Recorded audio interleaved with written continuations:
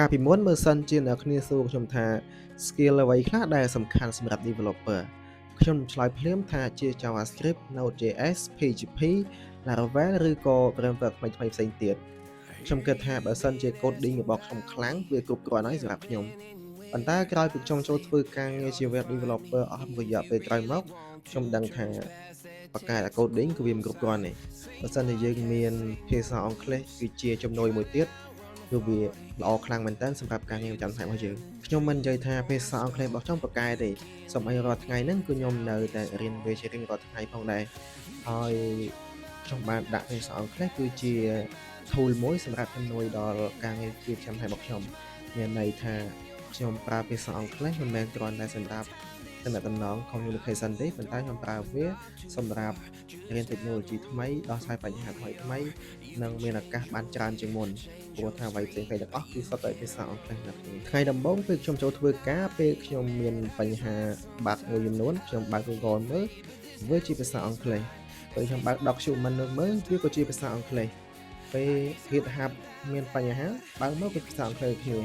ចំណែក Stack Overflow យើងបើកមើលក៏ជាភាសាអង់គ្លេសដែរនិយាយរួមទៅគឺបាត់ក៏វាមិនពិបាកទេតែអ្វីពិបាកនេះខ្ញុំអានភាសាអង់គ្លេសវាមិនទាន់យល់ស្មែឥឡូវនេះគឺមនុស្សច្រើនប្រើ AI ខ្ញុំក៏ប្រើ AI ផងដែរប៉ុន្តែរឿងមួយខ្ញុំសង្កេតឃើញគឺអ្នកដែលចេះភាសាអង់គ្លេសពេលគាត់សរសេរប្រមបានល្អបោះទៅឲ្យ AI ពេល AI បោះមកវិញចម្លើយគឺបានល្អមែនតើហើយចំទួលមែនតើអញចេះបានថា AI វាមិនអាចជំនួសយើងបានទេបើសិនជាយើងចេះប្រើវាបានត្រឹមត្រូវហើយមួយទៀតបើសិនជាខ្ញុំចង់រៀន technology ថ្មីរបស់មួយចំនួនជាសិតភាសាអង់គ្លេសសូម្បីតែ course ភាសាអង់គ្លេសគេរបស់អ្នកក្នុង GitHub ក៏ភាសាអង់គ្លេសហើយ course ល្អៗមួយចំនួននៅក្នុង YouTube ក៏ភាសាអង់គ្លេសអញ្ចឹងបើសិនជាខ្ញុំចង់រៀនបានលឿនគឺខ្ញុំត្រូវការឲ្យខ្ញុំអាចស្ដាប់ភាសាអង់គ្លេសបានអាចនិយាយភាសាអង់គ្លេសបានលឿនជាងមុនបើសិនជាខ្ញុំរងចាំដល់ course មួយហ្នឹងបកប្រែភាសាខ្មែរមានការរៀនភាសាខ្មែរគឺខ្ញុំរៀនមិនទាន់ទេព្រោះអីយើងស្ដាប់វាអត់បានអញ្ចឹងយើងពិបាកនៅក្នុងការតាមទាន់ technology ថ្មីៗមែនតើអញ្ចឹងភាសាអង់គ្លេសគឺសំខាន់មែនទែនសម្រាប់ការងារចំណាយរបស់យើងហើយនៅពេលដែលយើងមានបទពិសោធន៍កាន់តែច្រើនយើងនឹងជួបដូចជាការសរសេរ document ការសរសេរ requirement ការសរសេរ email ការ meeting មួយ client យើងគឺសុទ្ធតែប្រើភាសាអង់គ្លេសទាំងអស់នៅក្នុងការងារចាំតែរបស់យើងមានពេលមួយគឺខ្ញុំគិតថាបើសិនបើខ្ញុំចំណាយពេលវេលាទាំងអស់ទៅលើការរៀន coding នោះខ្ញុំនឹងរីកចម្រើនបានខ្លាំងប៉ុន្តែអ្វីខ្ញុំគិតនេះគឺខុសព្រោះអីបើសិនជាខ្ញុំចំណាយពេលវេលាទាំងអស់ទៅលើ coding ខ្ញុំនឹងមិនមានពេលវេលាសម្រាប់រៀនភាសាអង់គ្លេសទេហើយបើសិនជាភាសាអង់គ្លេសរបស់ខ្ញុំវារីកចម្រើនបន្តិចកូដរបស់ខ្ញុំក៏វារីកចម្រើនដូចគ្នាដោយសារអីដោយសារតែខ្ញុំអាចស្ដាប់នៅអ្វីដែលគេនិយាយបានអ្វីដែលគេបញ្យល់បានភាសាអង់គ្លេស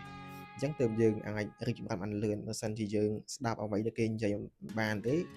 យើងមើលតែការឧទាហរណ៍របស់គេយើងមិនដឹងថាអាហ្នឹងគឺវាមកពីយមន័យថាម៉េចទេវាពិបាកយល់មែនតើទោះបីយើងអាចយល់បានក៏យើងត្រូវការពេលវេលារៀងជូរបន្តិចដែរប៉ុន្តែបើយើងអាចស្ដាប់ជាភាសាអង់គ្លេសបានគឺយើងអាចយល់បានលឿនៗភ្លាមៗហើយមិនបាច់ចាំចំណាយពេលវេលាយូរនោះបើត្រឡប់ទៅកាន់ការរៀន IT ក្នុងឆ្នាំទី1វិញខ្ញុំនឹងផ្លាស់ប្ដូរអ្វីមានន័យថាខ្ញុំនឹងមិនបោះបង់ការរៀន coding ទេប៉ុន្តែខ្ញុំនឹងបន្ថែមនៅការរៀនភាសាអង់គ្លេសឲ្យចំណាយពេលវេលាបន្ថែមទៀតនៅគ្នា